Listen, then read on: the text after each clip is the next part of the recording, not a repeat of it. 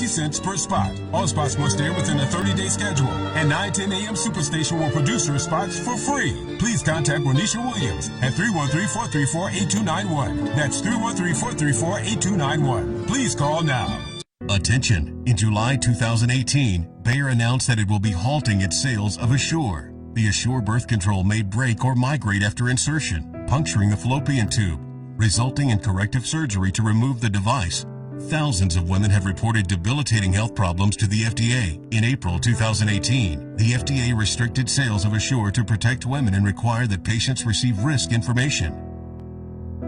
Please call 800-425-9539. WFDF Farmington Hills, Detroit, 910 AM Superstation, a division of Adele Media. Good morning. You're listening to the 910 AM Superstation. My name is Robert Ficano, and we have guests that we're going to be going over today. And I want to thank Ms. Hughes.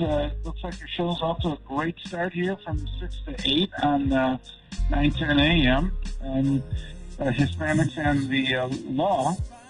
And we're going to be joined by our usual panel, which is Police Commissioner Willie Burton, Tom Choske, and Scotty Boman.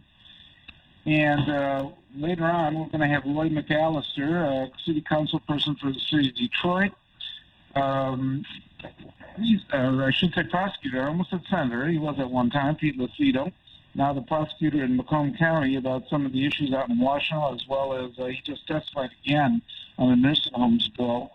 And we're seeing how that's impacting New York as well, and will that carry over to Michigan. And then Representative Luke Merriman with some of the issues that are going on in the legislature right now, especially with some of the millions of dollars that are being held back in the COVID relief bill that's been passed by the federal government, given to the state government, and that's being held up right now and parceled out instead of looking like it's all going to be given to the state, or I should say distributed to the state the whole time that the money's available. Anyway, there are a lot of issues that are really have come up this week. One is the $1.9 trillion that is now going to be passed, or was passed in the House, I think 2 o'clock in the morning yesterday, and is now in the Senate. And hi, is that Tom? Yeah, you got Tom here. How are you doing? Yeah, okay. I thought I heard you. I thought you heard you. Anyway, we're talking about the Charter Commission. We're talking about, talking about the $1 trillion to begin with, $1.9 trillion that are passed. Looks like the $15 an hour bill is not going to survive it, at least in the Senate at this point, and it's going to be separated. And the president, he's pushing it, but he's not sure how they're going to get it through at this point, but he says he's committed to it as well. And then you have Trump, former President Trump, was speaking at a large conservative enclave later on, trying to make sure he retains control of the party, which might be a death grip at this point. That looks like that's happening. They can't seem to agree very much on what direction they really want to go unless you support Trump. It looks like the tent has shrunk to nobody else being allowed to even express an opinion. So I'll start with Tom Choske. Tom, some of your observations on what we see about some of the national play out with the COVID bill that was passed the House. It's now in the Senate to $15 an hour, with the parliamentarian in the Senate knocking it out, basically saying you can't have the $15 in there. It's inconsistent with what they're trying to do for the Senate rules, which is it's a bit complicated. It goes to the 60-vote majority, and whether you got to have that not for the $15 an hour credit or not. Although I saw Costco just raised all their wages to $16 an hour, so it might have an indirect positive effect that all of this is starting to happen. They're all jumping on board with it anyway. So I don't know. What are some of your observations on it? So I definitely get where the fight for 15 is coming from, and you know, we've been fighting for that for a long time. I just have to say, honestly, it's not a very popular thing, but I think that it's okay if we go through and we get this $1.9 trillion passed, we get something out, we get something done, we get money into people's hands, we get vaccines, most importantly, into people's arms, I think that that's okay. Fighting for a $15 an hour or even higher, like Bobby mentioned, Costco talking about 16 or 17, so we can start keeping the cost of inflation. Fighting for that is something that we can incorporate as Democrats for 2022. My biggest concern, and one of the biggest things that we need to think about collectively as a Democratic Party, everything from the state level to the federal level, what is it we're going to do for voters, right? What is the message we can say to voters that, hey, vote for Democrats and we'll do this for you. We've done this and then we'll do that for you. That's the argument that we have to make. Otherwise, I'm really scared that 2022 would just be like an absolute bloodbath for Democrats.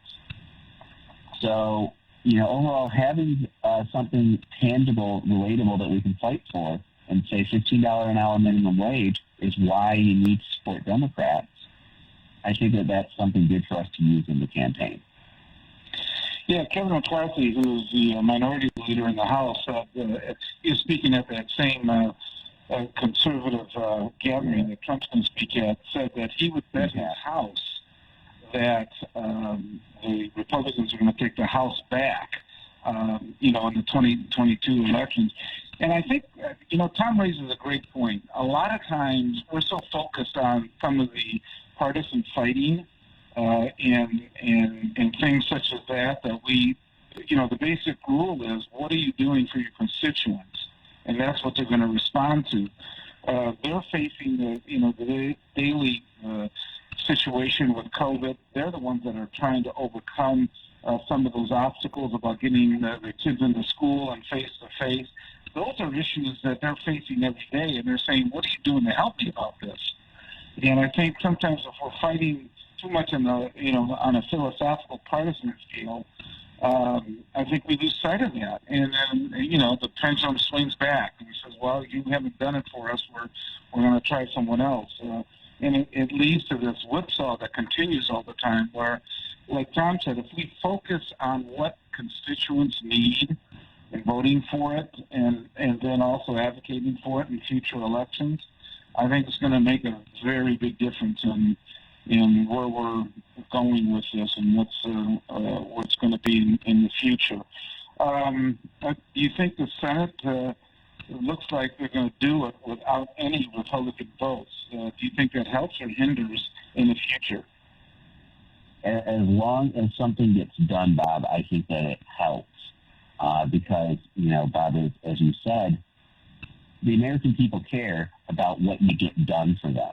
And the longer this process drags on, the fewer dollars that get out there, or the fewer vaccines that get into arms, the harder it is for everyone.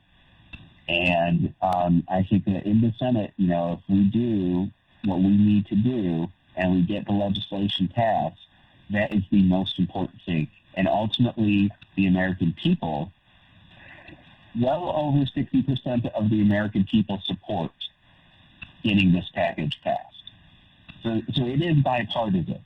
So it doesn't need to be bipartisan in terms of the vote count. It needs to be bipartisan in terms of the impact it has on our country. And it has bipartisan support amongst the people, and it is bipartisan in how it's going to help our country recover. So that's what matters, and I think that we will get it done.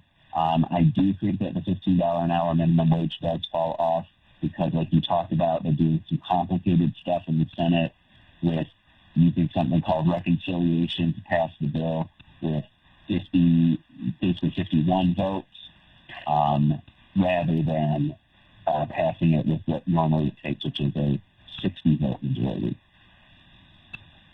I think specifically, too, one of the things that the Biden administration has advocated is racial justice and some of those issues. They talk about it. People are starting, at least places like Detroit and stuff, to say, okay, what are you doing to implement such type of some type of legislation that does start to impact racial justice and equality and things like that. I know the House passed an equality bill, but everybody looked at that and said, that's good. But is it going to get through the Senate? I mean, it seems like we're getting a lot back to some of the hyping this up, and yet are we getting results in the end? And I think people are really tired of hearing about things that are going to make an impact, and yet they never get passed, and it never gets implemented. And I think it frustrates people, especially people that are struggling in areas such as Detroit, and saying, okay, you always talk about it, but you're taking us for granted, except we're on election time. What are you doing about it now, when the election is on right now? It's something that we have to be conscious of. And I think that Detroit in particular is watching and saying, okay, what are you going to do now? Willie, I know you've been a big advocate about poverty and what's necessary if your legislature or the Congress to really address those things. Do you think they've started to touch on some of that? Yes, absolutely. I agree, Bob. But looking forward to see what else changes in the upcoming weeks. I'm still optimistic that this is going to pass. But the biggest question is when. But I still got my fingers crossed. It's something like Tom Choske said, we've been fighting for quite some time. So I'm still optimistic. I think hope is still in the window. $15 an hour would make the United States the top wage or minimum wage in the world. I think Europe right now is at $13.75. So when we're talking about world leadership, that probably means that this is going to be important in terms of showing the rest of the world that we're serious. We're trying to make sure there's an economic recovery in the United States. And it's kind of interesting to me. I read an article that the president of China has declared that poverty has been wiped out in China. Yeah, I have a hard time believing that with it, but it shows the world is conscious of the $15 an hour credit or minimum wage. I think the legislature is going to be, or I should say the Congress is going to be under a lot of pressure to try to pass that, because that's one of the big promises that Biden and a lot of the progressives have made in saying that these are the type of changes that are going to be implemented. That's part of that. So it will be interesting. But, we got to praise, those companies that already made those adjustments, to $15 minimum wage for their employees. But, the fight still continue to make this a minimal wage across the country. But for those businesses that jumped on board, know that this is the right thing to do. Those businesses that profited, they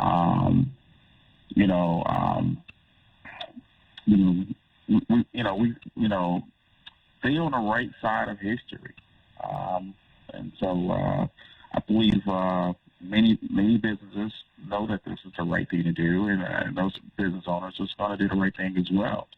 But this $15 minimum wage across the board. I'm still optimistic. I think we all are. I think this is going to pass at some point. The question is, once again, when. Okay. So the fight continues. It's going to be interesting and see what they do with it. One of the other issues, and I want to get a little bit to the Charter Commission because the revisions have been put out, and there's going to be, if it's accepted, apparently there's a review by the governor and the Attorney General, and if I think they review it for form and stuff, not for substance, and so at that point, it would be in front of the Detroit voters on August 3rd. And I know Scotty Boman's familiar with it. Before we get to that, Scotty, we have a caller. Jerry, you're on.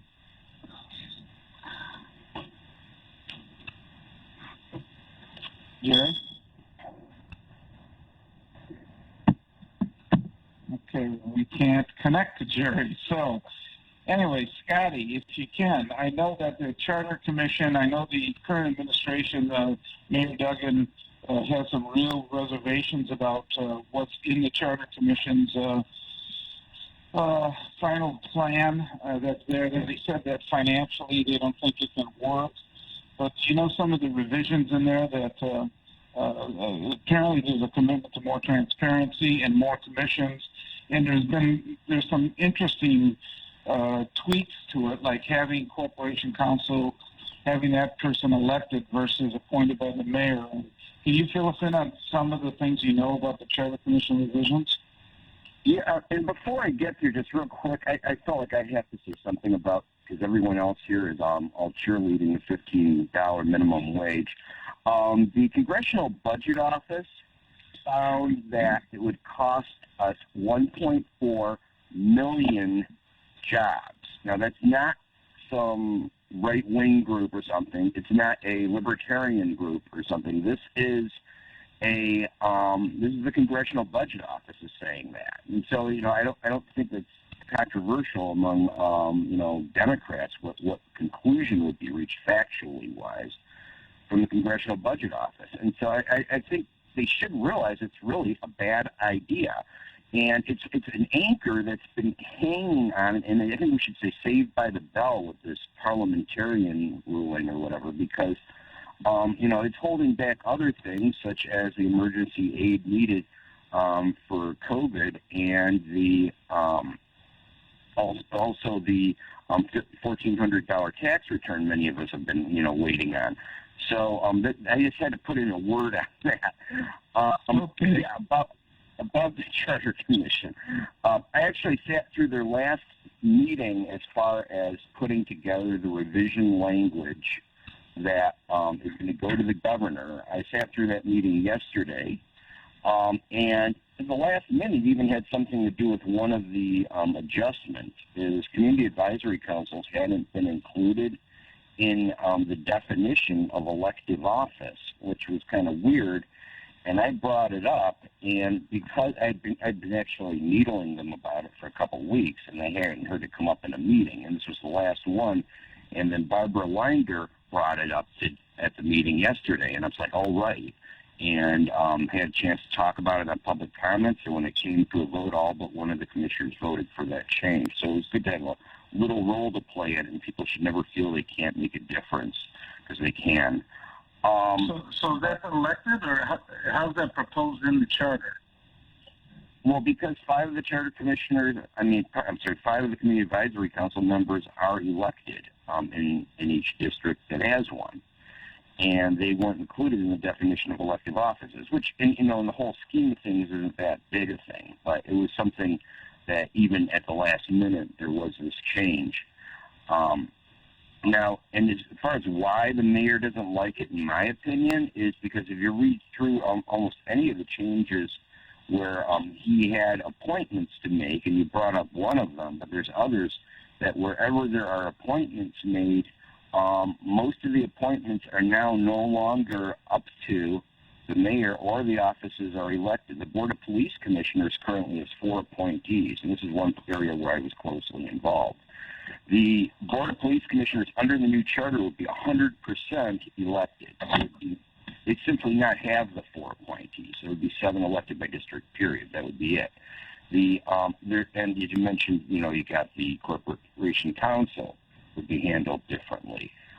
So there's a change in process that does not include as much participation by the mayor, even the selection of the chief within the Board of Police Commissioners. And that's something I was closely involved in as far as the focus group. There's other parts of the charter where I think there's been a similar trend around those working on it, is to not have so much power centralized in the office of mayor. Now, the mayor, I've seen, or his financial people have said that it will lead, if to implement this, would lead to about $800,000 more being spent. And of course, they're raising the bell about, just coming out of bankruptcy, and if you slip back in, that the pensions are going to be in danger for the future and things like that. Was there discussion about the actual costs? And I saw pushback on it. Some of the Charter Commission members said, no, they analyzed the cost of it, and they don't believe that it was prohibitive like what the financial people at the mayor said. Were you able to monitor any of that? I didn't observe the specific thing you're referring to, but as far as looking at the charter and listening to the whole process and what's been discussed, there isn't really that much in mandated costs built into the charter. That's really still mainly a matter of what the council is going to decide to spend on things. Now, when I make a decision to spend money on things, there's going to be maybe different strings attached, so they may have to handle the money differently. But I didn't see anything directly, anyway, costing, increasing the cost of running city government. Okay. Well, it's 8:20, and we're going to have to go to break here. After the break, we'll be getting to our caller, Jerry, that's going to be able to give us a few of his thoughts. And you're listening to 910 AM Superstation. My name's Robert Ficano. We're going to be right back. Computer trouble? We can fix it. All About Technology is factory certified to service and repair all of your computer needs. Call us 313-218-4888. That's 313-218-4888.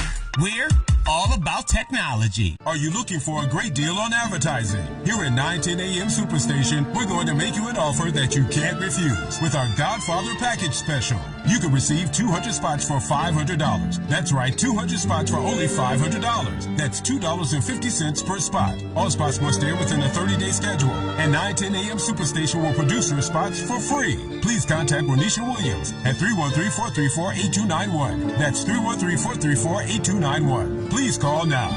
Visit Central Park Deli today and receive 10% off any purchase when ordering from our mobile app and enter promo code 910AM. Our new menu items include gluten-free wraps, spinach wraps, fried spicy buffalo cauliflower, and sweet potato maple cheesecake. Don't forget about our always delicious Seiginsburg corned beef, our fresh hand-patty charbroiled 100% premium beef burgers, and our homemade teriyaki stir fries. Central Park Deli has curbside service available and DoorDash delivery. Come visit us today.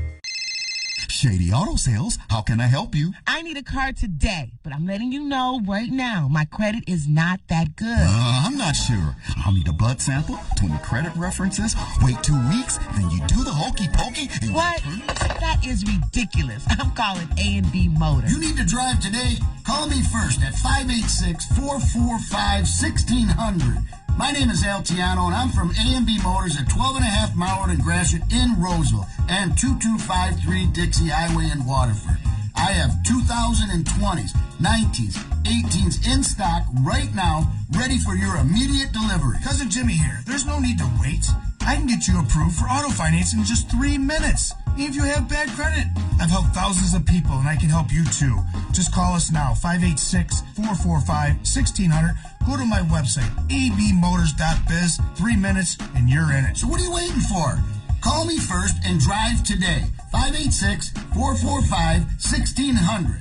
Breaking news. Bogali Leather is extending their sale by popular demand for a limited time. Everything must go. Prices close to wholesale. 25 to 80% off men's leather jackets starting from $80 and ladies from $50. Ladies wool for $25. Men's wool 1 for $60, 2 for $100. Ladies mink starting from $500. Men's mink starting from $700. Shearling for $200. Ladies leather pants from $60. Ladies shoes for $10. Men's shoes for $20 while quantities last. No fair offer will be refused. Check out Bogali Leather on 8 Mile and Kelly in East Point.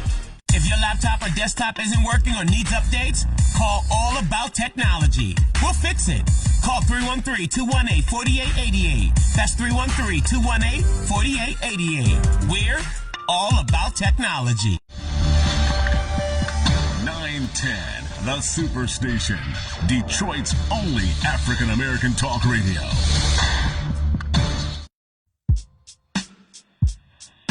So I know a couple of Good you. morning. You're listening to 910 AM the Superstation. My name is Robert Ficano. We're joined with Police Commissioner Willie Burton, Tom Choske, and Scotty Boman. We do have a few callers here we want to get to before our 8:30 guest, and that is Jerry. Jerry, you're on.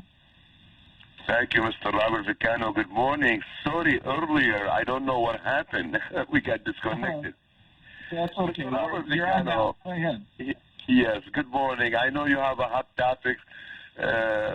Thank you for your show, and thanks to your distinguished panel. My question here, Mr. Robert Ficano, as a citizen, it hurt me to see crime increase.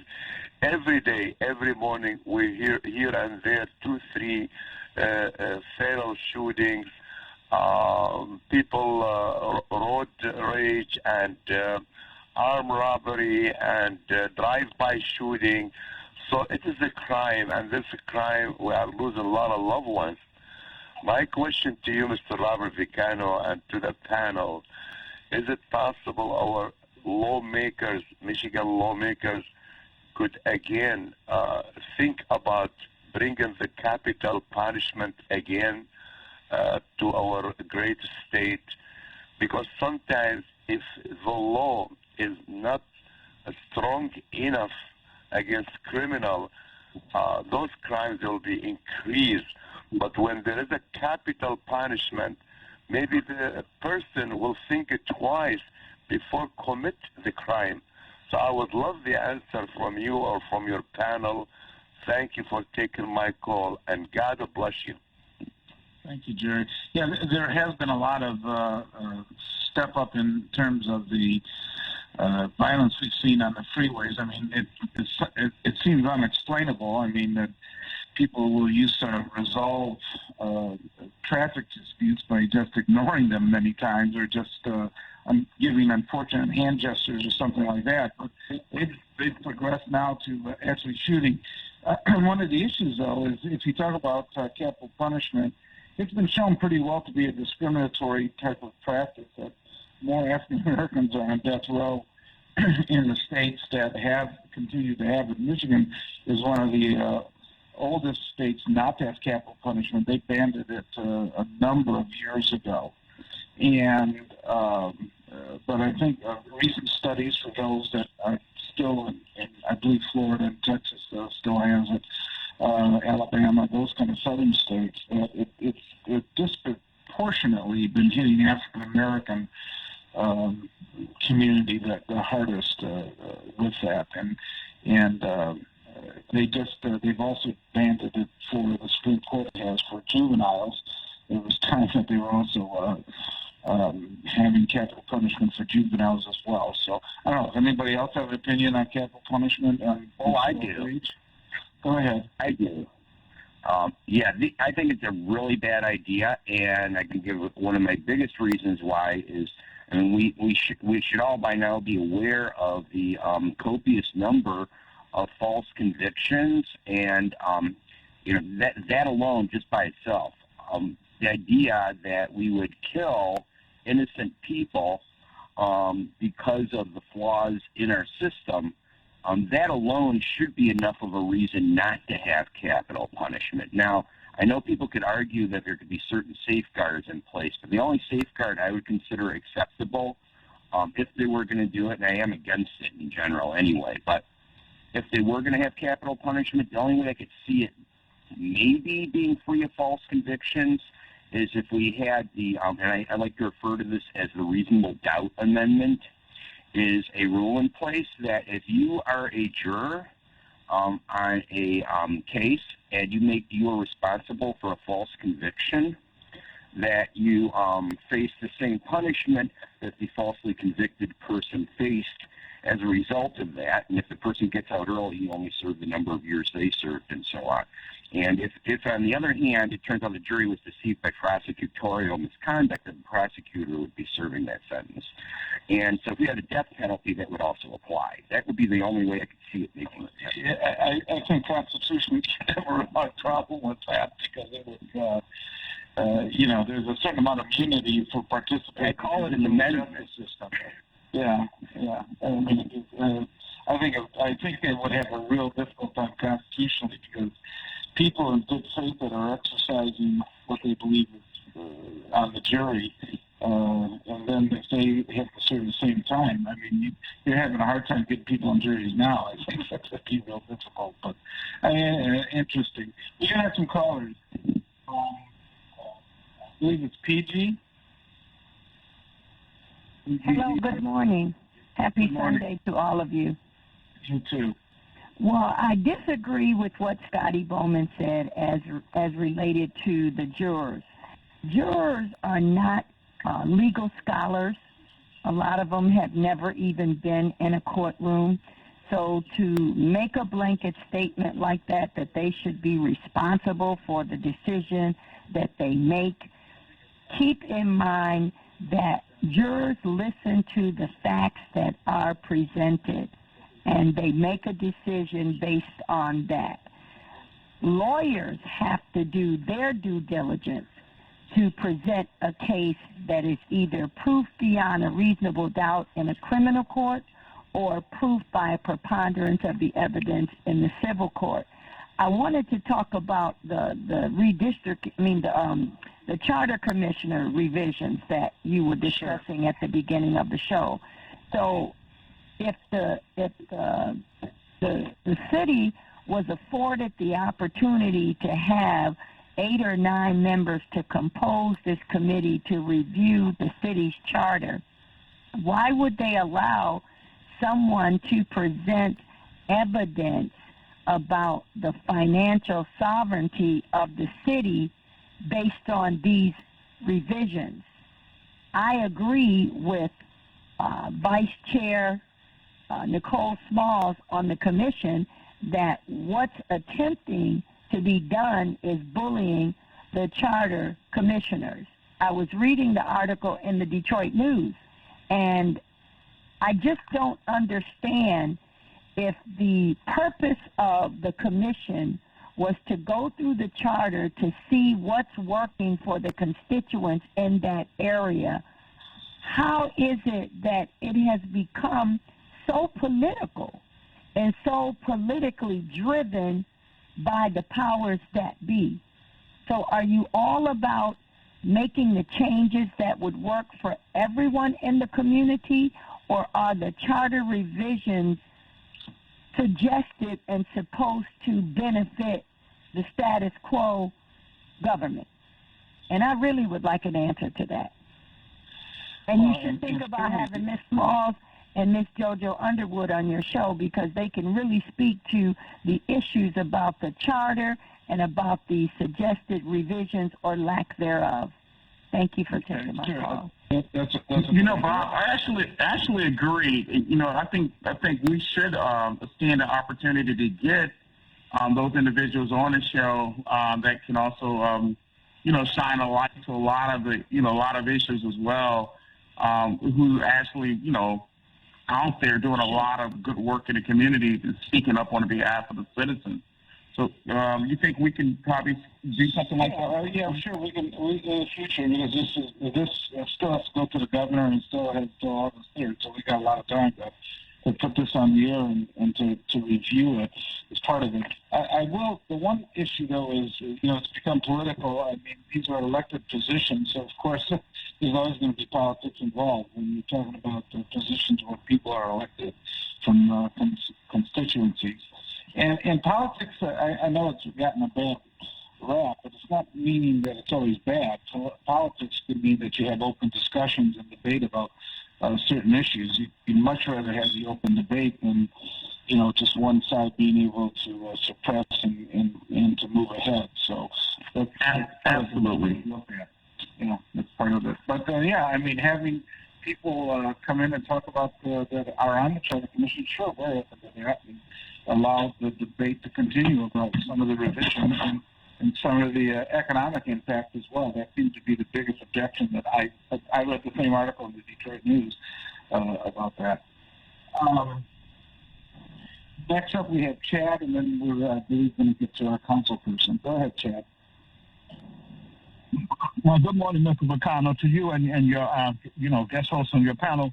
I just want to say that I disagree respectfully, because just think now, today we have all types of technology, all these special, high-powered, cameras such as the green light technology and the DNA and all this technology to help us better identify and convict people. And I ain't talking about the facial recognition. I think we have a lot of stuff, tools to work with that we didn't have back then. You see what I'm saying? And I think that we should use that to convict people for capital punishment. And if we don't, know that we know, then hold off, or possibly, sending an innocent person to the gas chamber who's been, framed or whatever that they don't really know. But definitely something has to be done. I bet if it was anybody's relatives on this panel, everybody would have a different idea. If any of their relatives were getting slaughtered. And it's a saying that goes like this, and the same person do the same thing again, expecting different results. Okay, for people who don't think that people should be held accountable for the things that they do when they commit the crimes. And that's in the Bible, by the way, too. So this capital punishment is, and the scripture does back that. But I'm just saying, something has to be done. Everybody wants to get to heaven, but nobody wants to die. So, it's going to be sacrifices somewhere. And I hear none of these, politicians talking about that or anything like that until death comes knocking at their door with one of their relatives or loved ones. So that's my opinion, Mr. Ficano. I think something has to be done because crime has gotten out. And furthermore, take it one step further, a whole lot of these entertainers are, responsible. From the music industry, people should be held the accountable. Video game industry, promoting violence and killing and stuff like that. Something has to be done because what we got going now, this in the place is not working. Thank you, Mr. I appreciate perspective on it. One of the things, though, you talk about technology, look at how analysis of DNA has changed a lot of what people were perceived in the past as guilty of certain horrendous crimes. Suddenly the DNA has been able to show that technology that they were innocent. They weren't the one. They were accused and convicted, but they shouldn't have been the ones serving the time because the DNA, the new technology, has shown that they don't. Really, forensics has shown that they don't, weren't committing the crime. If they had faced the death penalty, I mean, how would you account for that? Then it's a tough, slippery slope once you start getting on it and part of it. But we appreciate you calling in, and right now I'd like to welcome Councilperson Roy McCalister from the Detroit City Council. Councilperson McCalister, welcome to the show. We appreciate you taking your Sunday to do this. Mr. Ficano, thank you so very much for allowing me to be on. First and foremost, I always like to give honor to God, who's ahead of my life, for allowing me to be here, as well as others, to continue on. So thank you so very much for being for allowing me to be on today, sir. Okay. I know one of the biggest challenges facing Detroit is the COVID-19. It's facing the nation, facing the state, and things like that. And Detroit, I know, has attempted to be very proactive in the challenge. There has been a number of reports, both nationally and locally, that the African-American community is underrepresented in some of the response and things like that. The governor has formed a task force. There's been national attempts to bring this to light and to try to remedy some of it.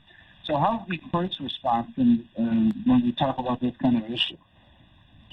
Well, Mr. Ficano, yes, I agree with you, sir. In fact, when the COVID hit Michigan in March of 2020, Detroit was the hardest hit city in the state of Michigan. In fact, my district, two of the zip codes in my district, 48221 and 48235, was the hardest hit, most severe in the state of Michigan. But since that time, we've been working on, because one of the things that I wanted to do was look at is to determine why that was the circumstance. And, determining that one is the fact that, I have a number of senior citizens as well as nursing homes. And the other factor that, talking to, Sinai Grace, which is also in District 2, a lot of times it's the health of the citizens that's living in District 2 and in the city of Detroit. that are, we're not eating properly, we don't go for annual checkups and things of that nature. And then one of the things that we also looked at, and that has been come out, is regarding the number of vaccinations that has been provided. And, when we look at it, there's been only about 50 million throughout the country, and which is about 15% overall. So, we're also looking at the mayor. I've spoken to the mayor about it, the health department, as well as gotten Wayne County. And, they are working on measures, and, especially with this new Johnson & Johnson one-shot vaccination that is going to be, hopefully be finalized, approved today, be shipped Monday, and have shots in the arms by Tuesday. Those things we're looking at. But also, Mr. Ficano, we still have a lot of folks that are apprehensive about that. One of the things that is been considered is to have more areas, because, the TCF Center was the initial site for the Detroit area, and actually for a lot of the regional area, but mainly for the Detroit area, where folks could, come in and receive those shots. And what they're doing now is they're branching out. Second Ebenezer Church under Bishop Edgar Van and Fellowship Church under Reverend Wendell Anthony has also now spread it out to where they are providing vaccinations. And one of the things that, I'm learning is that there has been an undercount at Second Ebenezer Church. So again, it's about the apprehension of folks wanting to take the shot. And it's understandable because, what has happened in the past. But one of the things that I stated is that this is about life and death. And so many times I've heard or spoken with people that have went to funerals of loved ones or have been affected by themselves, and they've stated, had they been a little bit more understanding about it or been a little bit more considerate about it, this would not have affected them. So those are some of the things that we are looking at, Mr. Ficano, as far as how, to bring this thing under handle and how to make sure that Detroit and Wayne County is receiving their share of the vaccination. I understand. I know education is becoming a big piece of it because there is apprehension going back to CD experiments, airmen experiments, and things like that they did in the past. And so there's somewhat a distrust of the government on the vaccines and what's happening. But you said there was an undercount at Second Ebenezer Church. Can you explain that a little more? What does that mean? Yeah, the two churches there have, at Second Ebenezer, what I'm stating, have, reached out, and they are also presenting vaccinations, but for whatever reason, and I have to reach out and find out myself as to why there's not that many people that are going out. They're saying it's something like under 200 per day that are coming out there to receive those vaccinations. So that's something that I will have to research and find out, but why that is happening, because I know a lot of the seniors in my district, is tearing down the phones and saying, hey, look, how can I get scheduled so that I can get vaccinated? So that's some of the things that I want to look into. And I don't know, again, it's because of the apprehension, as you stated, with the, folks still remembering what happened with the experiment with the Tuskegee Airmen or what, but it is an issue that is one of the issues is why we are so low as far as these vaccinations be going out. Well, one of the parts of the program I saw the mayor announce was if you picked up, you didn't have to be from Detroit, but if you picked up a senior from Detroit and brought him to one of the locations, that you could get the vaccine as well. Is that still in place, do you know? Yes, sir, it is. And what the factor is, also factor with that is, again, as I stated, Detroit has a lot of senior citizens, but family members live outside of the city of Detroit. So their parents and grandparents that are here, are needing transportation to get to the shops. And then what was happening in the past was folks would go and take their parents or grandparents to TCF Center. And then they said, well, I'm sorry, this is for Detroiters or for a certain age requirement for people. First it was 65, and now it's trying to get down to 60. So that's one of the issues that has been brought up and to assist with that. And that's why I say the TCF is not only with Detroit now, but also with the region. Okay, well, we have some callers that seem that are interested in some of these issues. Tim, you're on with the councilperson, McCalister. Tim, are you still with us? Yes. Yes, I'm now. Ones want to keep saying it's an apprehension about ones don't want to go get the shot. I mean, ones go get the flu shot every year. I mean, I believe it's got much more. It's a bigger picture to that, because I want to go get the shot, but I can't go get the shot because I'm not in the age bracket yet. And just like they set up those clinics to go and get tested for the virus, they should set up free transportation just like they did for people to get tested, and that would eliminate a whole lot of the problems. You know, here I'm 53, I can't go get the shot yet, and then it's a waiting list, and then I called my doctor. My doctor said I can't go even though I got an underlying health condition and things like that. But I like to ask your council member, how do he feel about Dave Leading still sitting on the city council, even though he's going to plead guilty to a federal crime? And I'd like to know his response to that. You know, to the caller, we talking about COVID-19 relief, and we're talking about what the city of Detroit is doing with COVID. And so we want to take advantage of the time that we have with the councilman, with the Honorable Councilman McCalister, to talk about COVID right now. Because, you know, I lost 10 people personally to COVID-19. Councilman McCalister, can you talk more about some of the things you have done and, you know, to help with your constituents over in District 2 from the start of this pandemic up until now? And can you talk a little bit more about the testing grounds and testing sites here in the city? Yes, thank you, Commissioner Burton, and good morning to you, sir.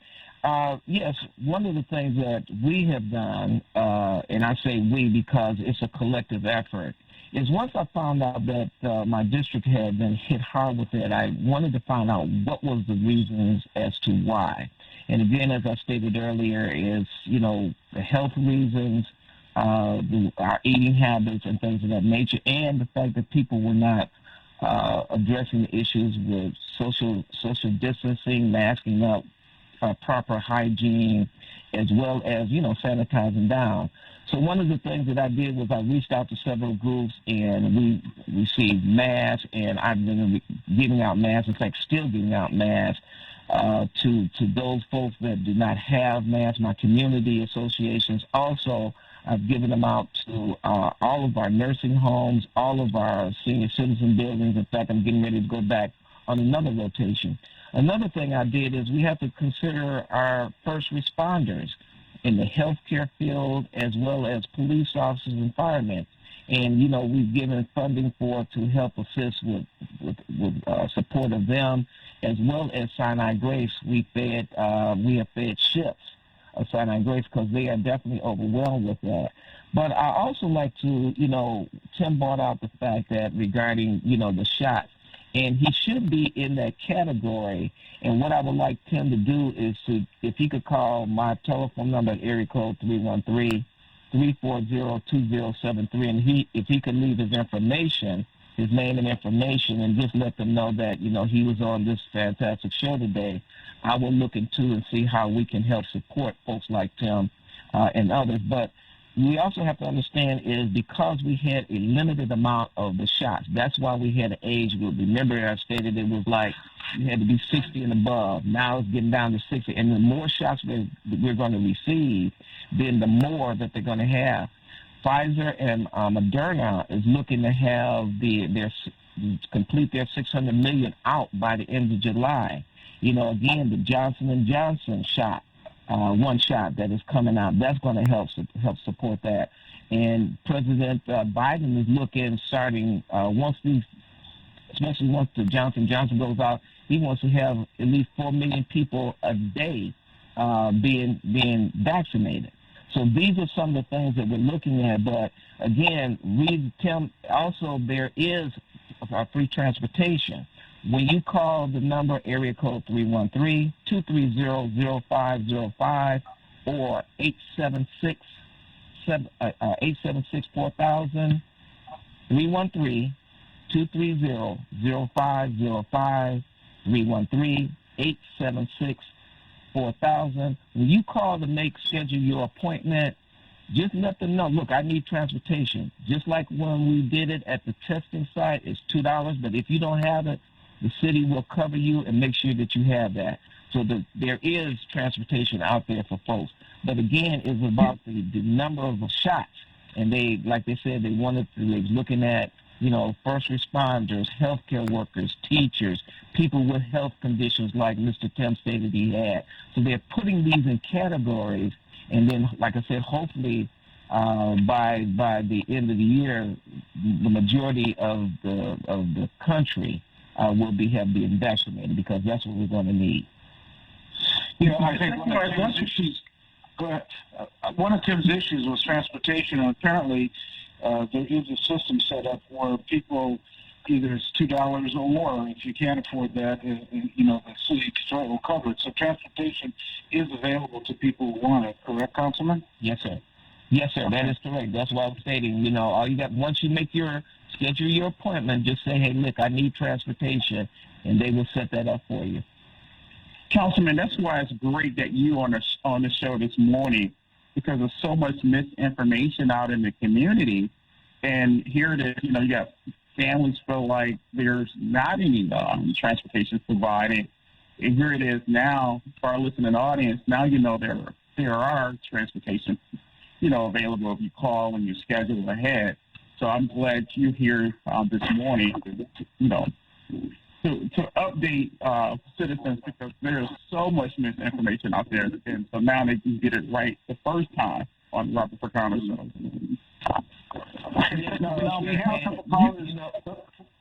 I'm sorry, go ahead. I'm sorry.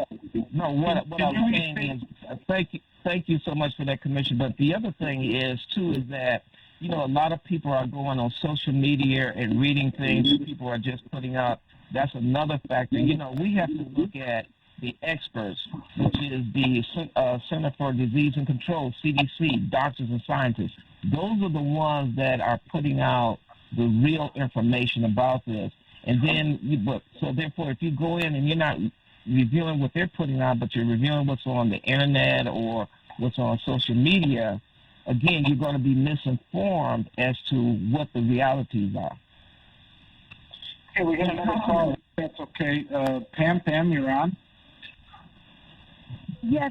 Yes, good morning. I just wanted to comment on what the councilman just said in reference to false information. For the last 4 years, we've been getting misinformation, and we were getting misinformation about the vaccines and the whole gamut about COVID, whether or not it was going to go away in the summer, if you could drink Clorox and Lysol and get under a UV light. So to just say that you have to be careful about what's on social media, to me, is not really appropriate, because a lot of what's on social media regarding the vaccine and COVID comes from news publications, NPR, BBC, the Detroit News, the Detroit Free Press, ABC, Lester Holt. So you can't just say that what you see on Facebook is not accurate information.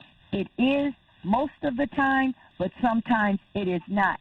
And I think the question that the caller had about how the councilman feels about having someone on his council with him as a colleague charged with a crime that was indicted. You should be able to speak to that. How do you feel making decisions with a colleague that was indicted for a crime, and why is he still there? That is a very valid question. I love you, Commissioner Willie Burton, but you got to let this councilman speak for himself and answer that question, because would he be on council Mr. Ray McCalister still if he was the one that was indicted for a crime? Okay, I think that's coming. I think that's coming to a head eventually, one way or another with it, and obviously the federal government once it finalizes its act, I think you're going to see it. But right now we are talking about COVID, and one of the issues is the social media, and the points he raises is that the president for at least a year was saying a number of things that Tam was raising, from Clorox to different, that it's going to go away in the summer and it's not a real pandemic and that kind of thing. She's saying that, the president of the United States is saying those things, so it has some, when we say validity to it, you expect that the president is saying something that the people at least are going to listen to. Words have power when they're from, the highest office, and I think that's what you're saying about some of the social media. But there's also a lot of conspiracy theories out there. There's a lot of things that people just say, and there's no valid reason or connection of research to it to make it true at this point. Councilman, I'm perceiving that. Listen, go ahead. Yes, and that's why, Ms. Pam, thank you for that, and that's why I was stating, a lot of that was coming from things that the president was saying, because when that was coming out and a lot of folks was following what he was saying and putting out, Dr. Fauci and Dr. Birch was cringing, and if you listen to side interviews with them, they would say, or even sometimes during the time he would say that, they would look like, well, no, no, not really, and so therefore that's why I stated, yes, there might be some information that is out there on social media, but for the most part, when you listen to the CDC or review the CDC, the scientists and doctors who are actually involved with the SARS-CoV-19 pandemic virus, that's the information that should be out there. So I appreciate Ms. Pam for that.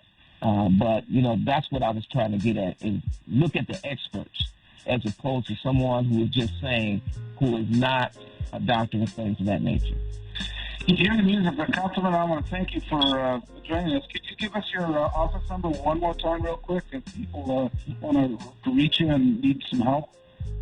Yes, sir. I'd be more than, yes, sir. They can call me at area code 313-340-2073. And I give that number because the downtown number because of the pandemic. Also, you can contact me at Councilmember McCalister at DetroitMI.gov. That's Councilmember McCalister at DetroitMI.gov, 313-340-2073.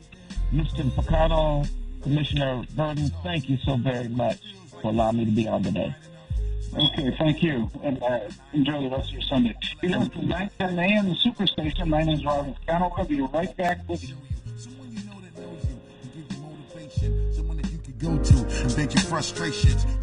Are you tired of looking at bare walls at your home or office? The decor designers at Joe's Gallery can help refresh your personal space at affordable prices. A huge selection of original paintings, abstracts, lithographs, prints, African masks, and more. Plus, our professional framers are on premises. Joe's Gallery is a second-generation business on Detroit's famous Avenue of Fashion on Livernois and Outer Drive. Visit Joe's Gallery online or call us 313-864-1401.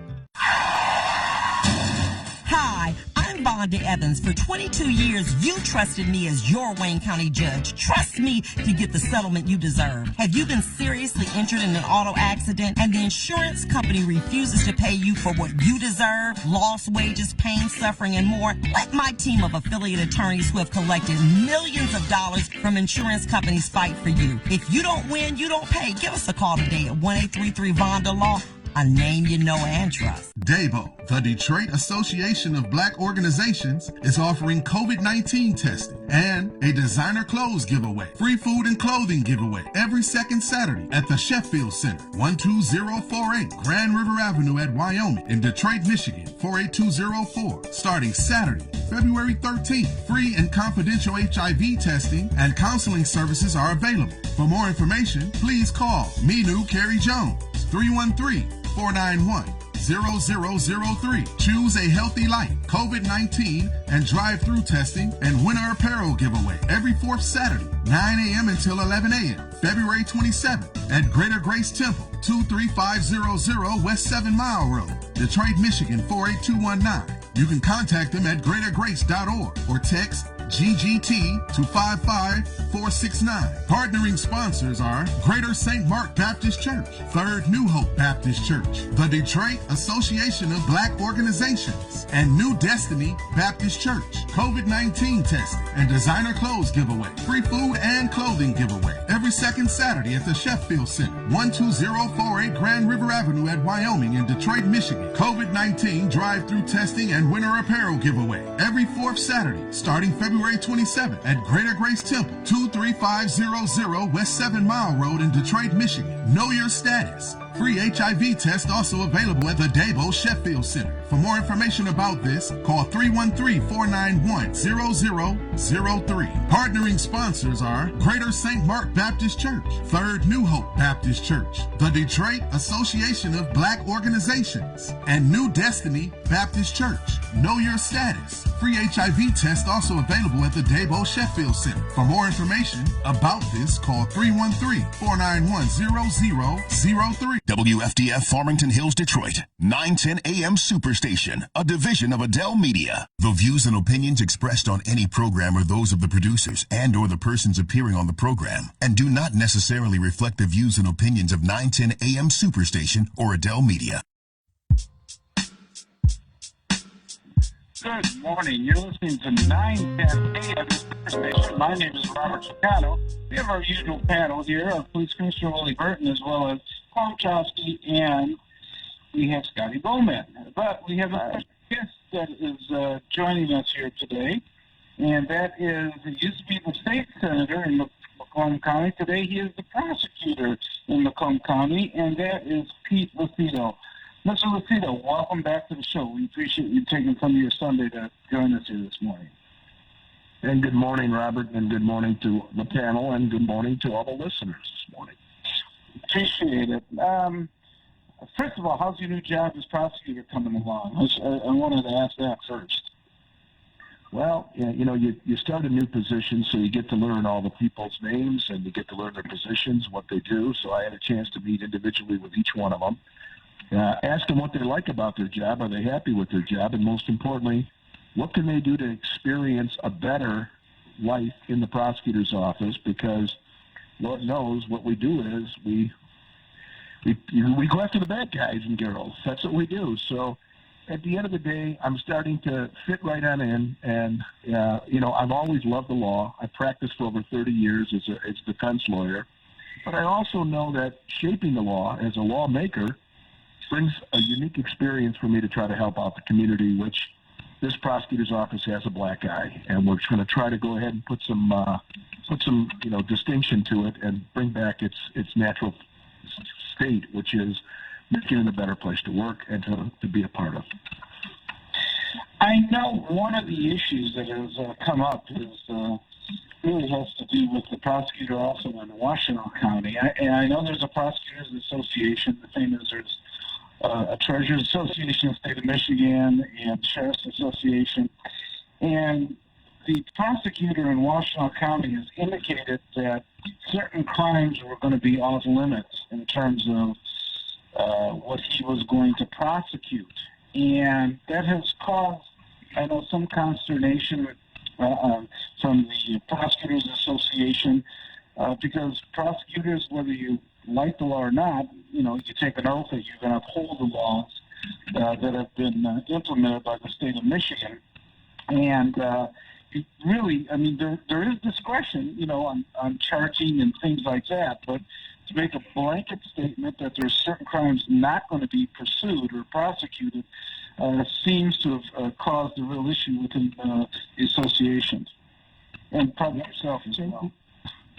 You know, here, let me give the backdrop. I mean, when you go to prosecute, you get a police report and you get the evidence of what the police investigated. So you get body cams, you could get in-car cam videos, you can get police statements, you can get witness statements, and then you bring all that up and the police ask for or law enforcement asks for, these are the charges we believe that you should have, we look at it and see what charge elements we can make. The elements of the crime is what the prosecution must make out.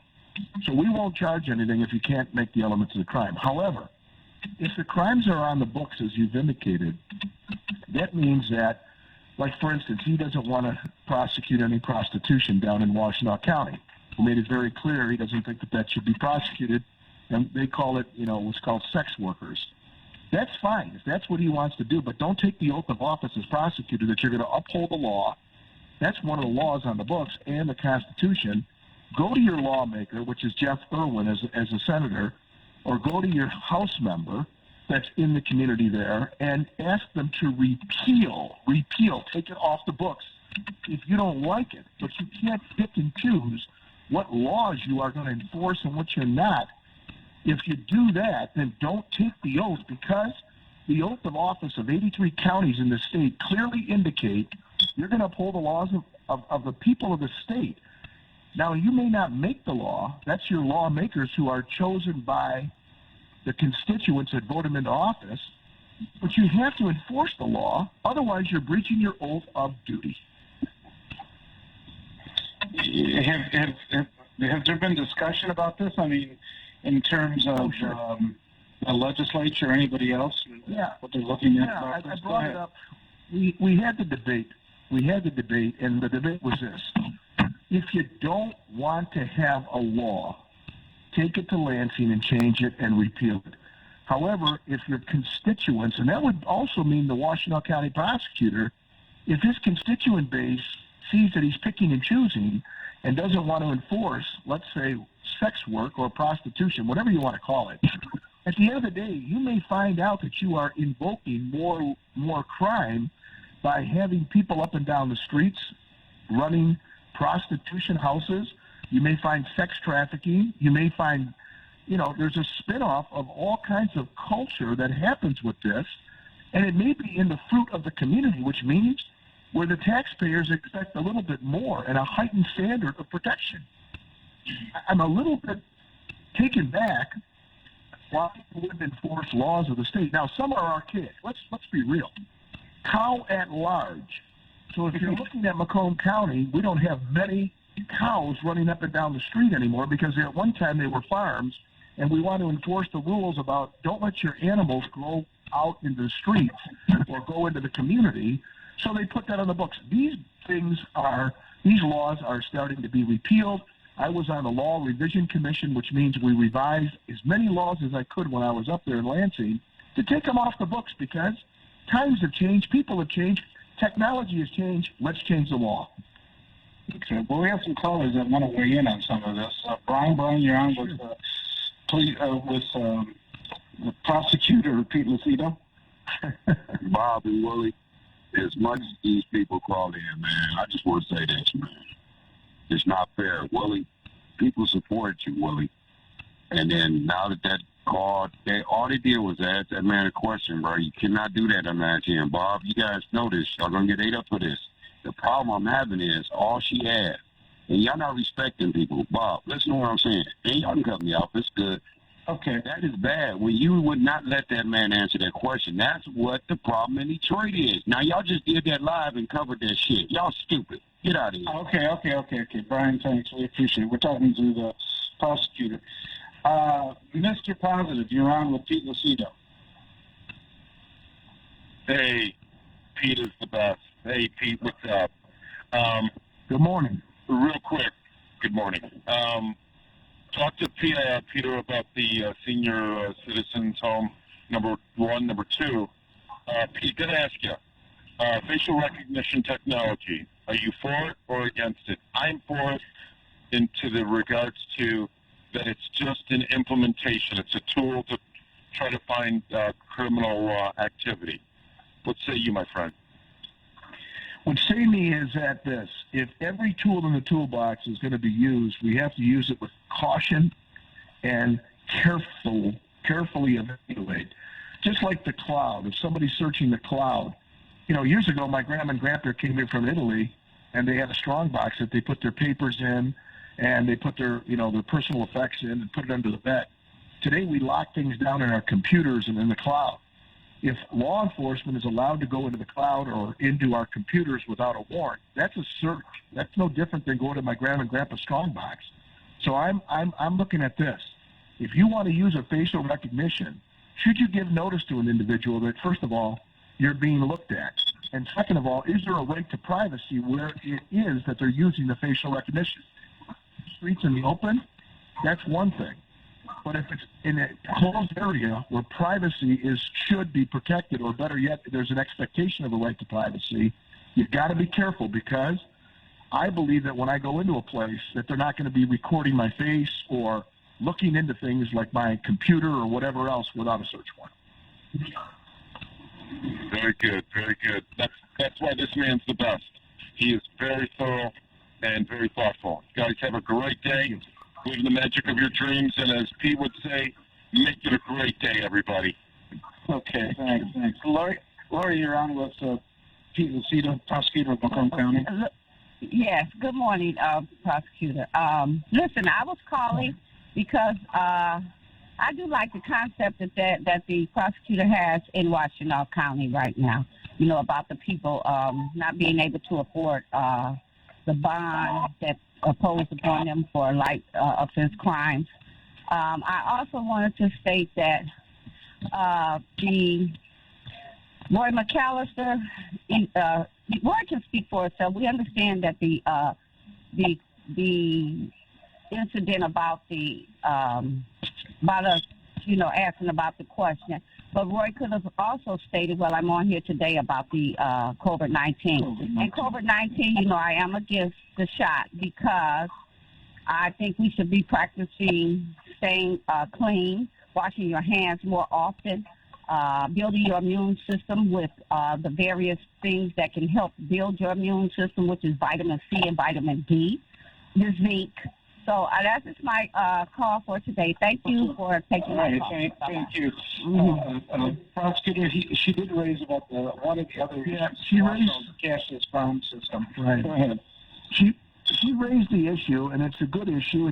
It's a very exploratory issue, I think, within law enforcement. And it's this: if we arrest individuals and we bring them before the judge has complete discretion, ultimate authority to put a bond in place or not right now.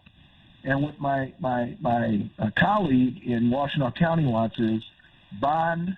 No, it's either you're released or you stay in jail. No in between. So you're either released or in jail, and therefore you don't discriminate on those that have and those that have not. Let me just say this. There is a deeper discussion to have, and it's this. If the public is to be ensured safety, because that's the reason for the bond. It's twofold: to ensure the safety of the public, and two is to make sure and ensure that the defendant, the accused, is going to make it back to court. We've looked at what has happened in some other areas in other states that this has taken place in, and we found some real issues. But we have discussed this up at the Capitol, and I said we should have a rocket docket. A rocket docket, everybody. That docket would be, you arrest somebody for a low-level crime, they should be able to go to court within 72 hours and have their case heard. Why?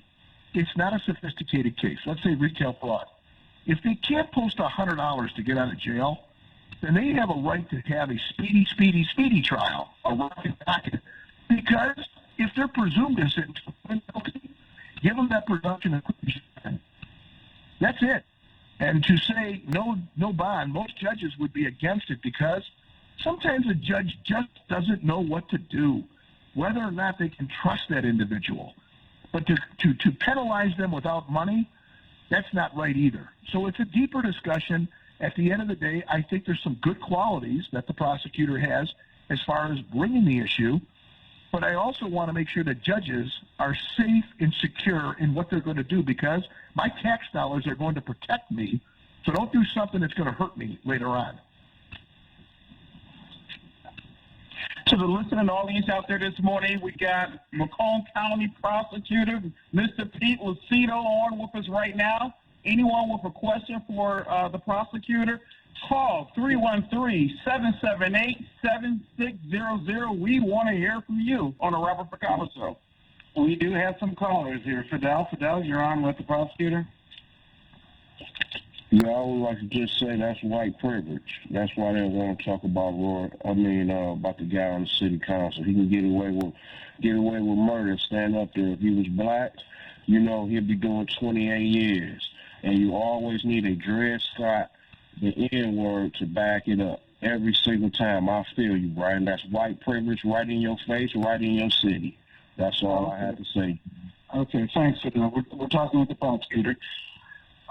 Next up, Leroy, you're on with the prosecutor. Yeah, thanks for taking my call. I was listening to what you said about your parents or grandparents who came in from Italy, and they had a strong box. So did my parents. But that was what? That was in the early 20th century. Now we're dealing with a whole new deal. This computer and this facial recognition. I mean, I look at it like this. I got stopped by the police once. I got arrested, but they were supposed to have the cameras on. When we get to court, they didn't have it. They said, well, we didn't have the cameras on, but it worked in my favor because they ended up having to dismiss the case. Okay, we got to understand, man. I understand what y'all say. Another thing about this too, about a lot of these police officers are not choir boys, they're not Boy Scouts or Girl Scouts.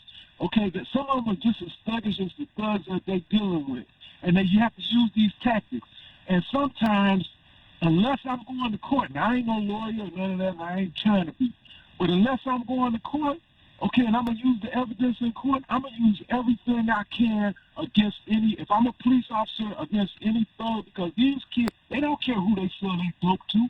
Do you think they care for 1 minute what classroom that these kids gonna disrupt when they take that dope and stuff like that? No, they don't. You know they don't, and I know they don't. So I don't care. Yes, we need facial recognition. If you ain't doing nothing, then you ain't got nothing to worry about. And with that, I'll just hang up and listen to your response. Thank you, sir. Thank you.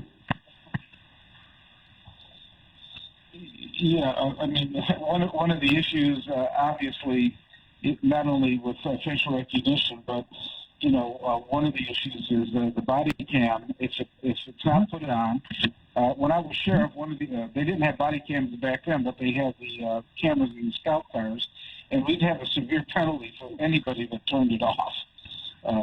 Especially during a stop. That was not acceptable behavior. And it sounded like the criminal justice system reacted appropriately in this gentleman's case because police didn't have their body cams on, and they threw the case out at that point. Yeah, I want to comment on that, Bob. I think that everybody should realize there's a Fourth Amendment, right to privacy, due process, Fifth Amendment, same thing. And at the end of the day, if I have the protection of privacy in my favor, it's a presumption that the process is going to give me some privacy. If you don't go get a search warrant to look into my computer or my cell phone or the cloud, then you violate the law, I think, because I have a right to be secure to my person, places, and things. In my places is where I store my stuff, my data. You don't have a right to go looking in there without a search warrant unless you have probable cause that I've done something wrong. And if I'm in a place where a body cam, or better yet, a facial recognition, there's an expectation to a right to privacy. I expect to have privacy in a bathroom, for instance. There shouldn't be cameras, and there shouldn't be body cams, there shouldn't be facial recognition instruments, but if I have an expectation of privacy. And I think that as a dialogue of the callers, it should be, do you expect things to be private to you and your family in your home? Yeah. How about your computers?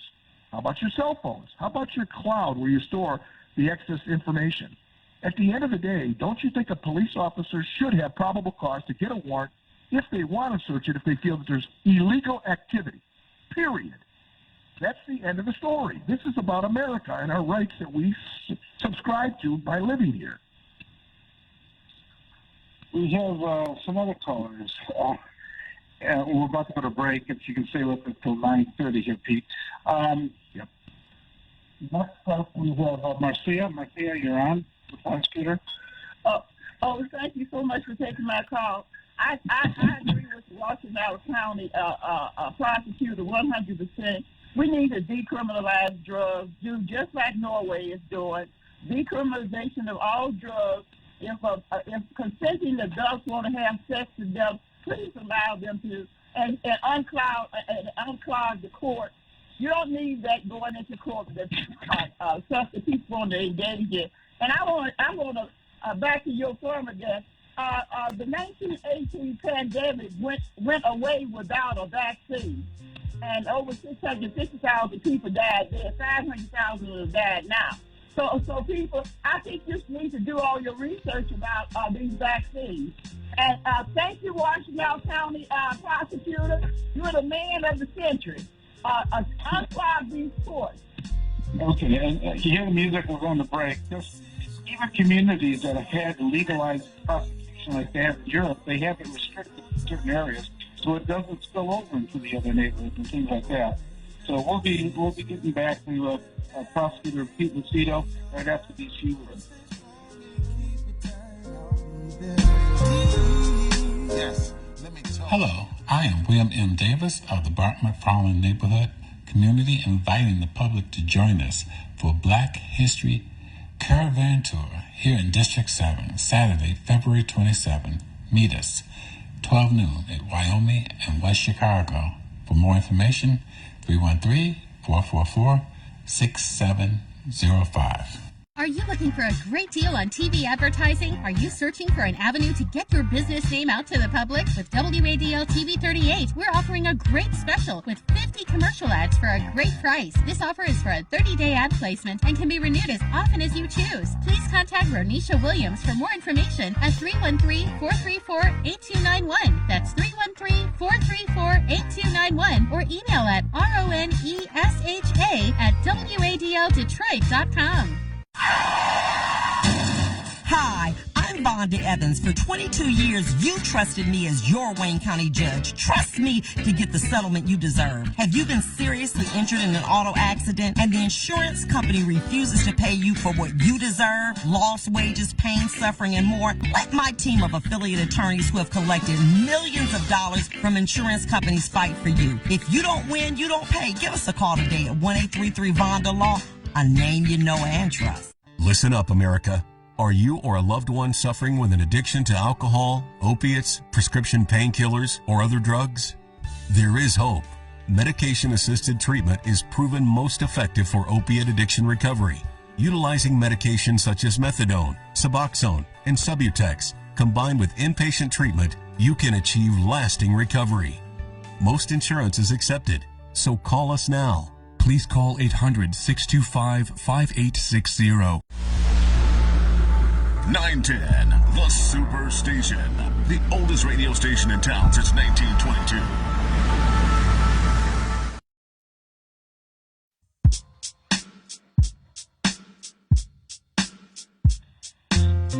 Good morning. You're listening to 910 AM, the Superstation. My name's Robert Ficano. We're on with our prosecutor from Macomb County, Pete Lucito.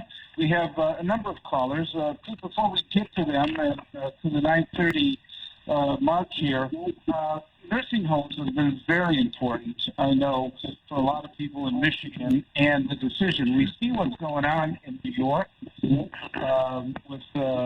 Governor Cuomo. He's taking a lot of heat over the nursing home decisions, and yet there were 3 or 4 other states that seem to have made the same decision.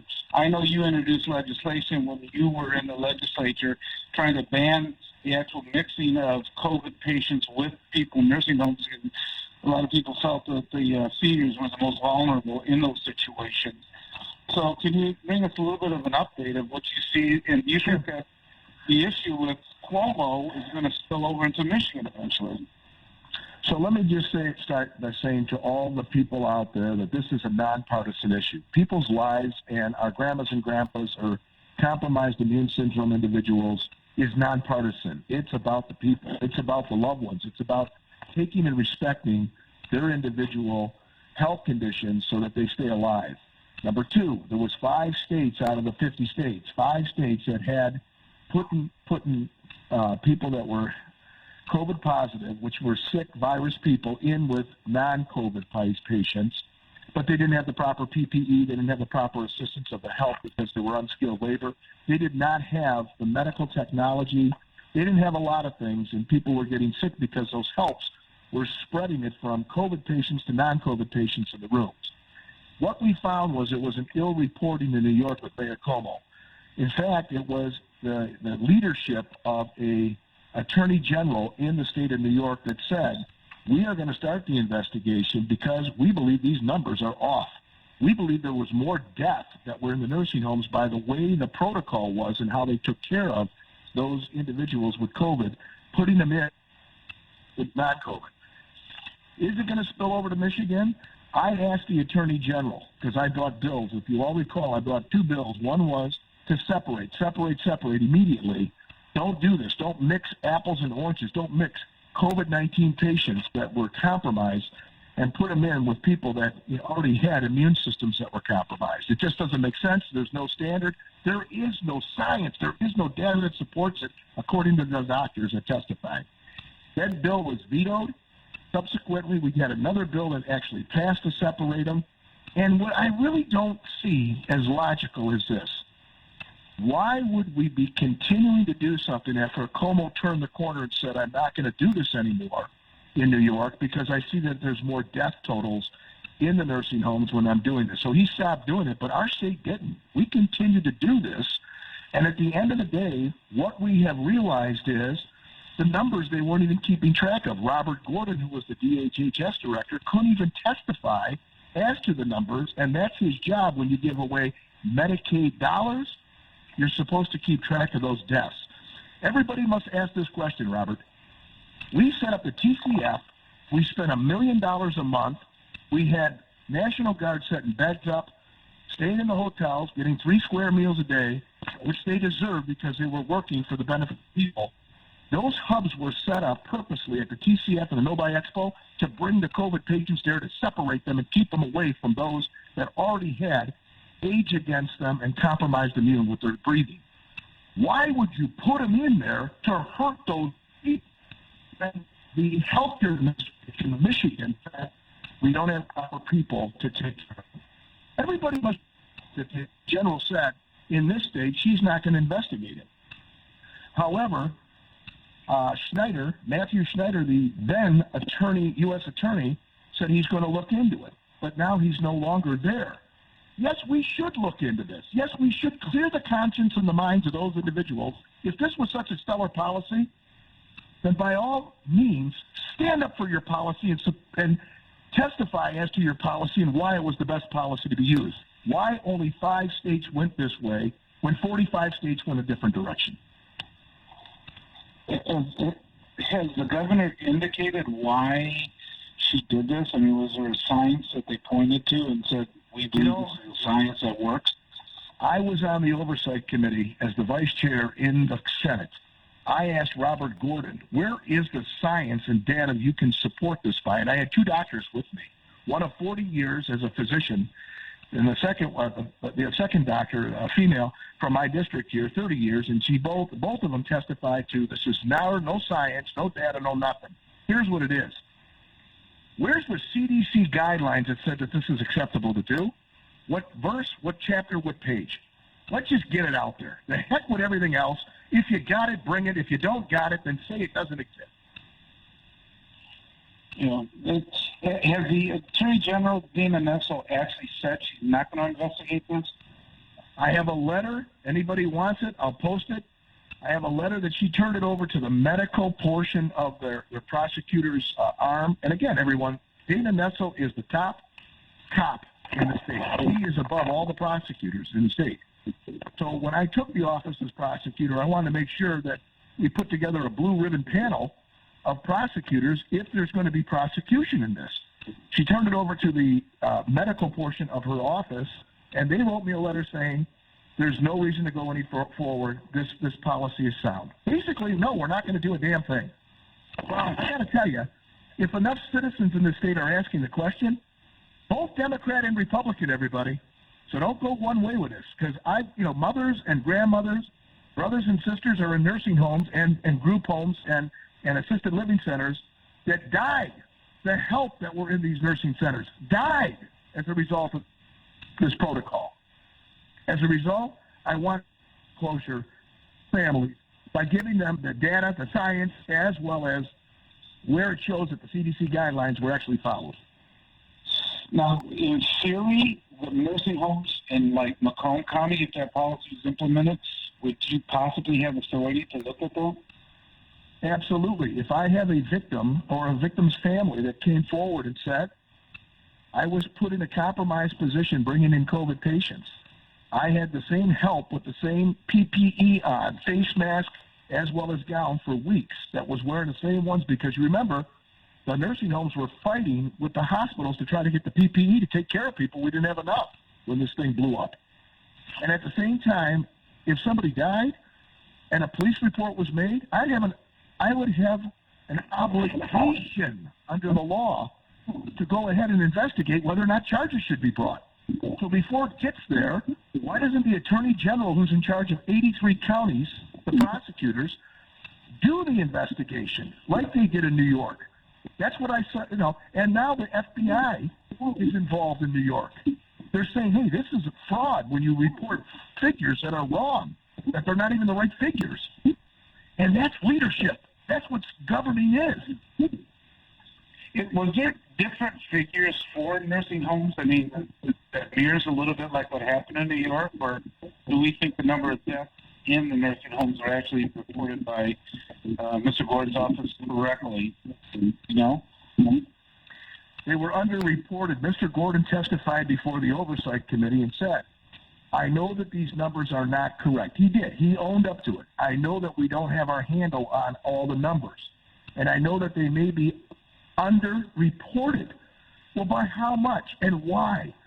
Everyone, Medicaid says you have to report the deaths within so many hours of the death occurring and the cause of death, because it's Medicaid, it's taxpayers' dollars. It's your dollars and my dollars that are paying for those that cannot take care of themselves. That's what Medicaid does. So as a result, don't we have a right? And you remember they bought the big boat in, and they brought the big boat in New York to put patients there to separate them. You all remember that, don't you? They never used the big boat.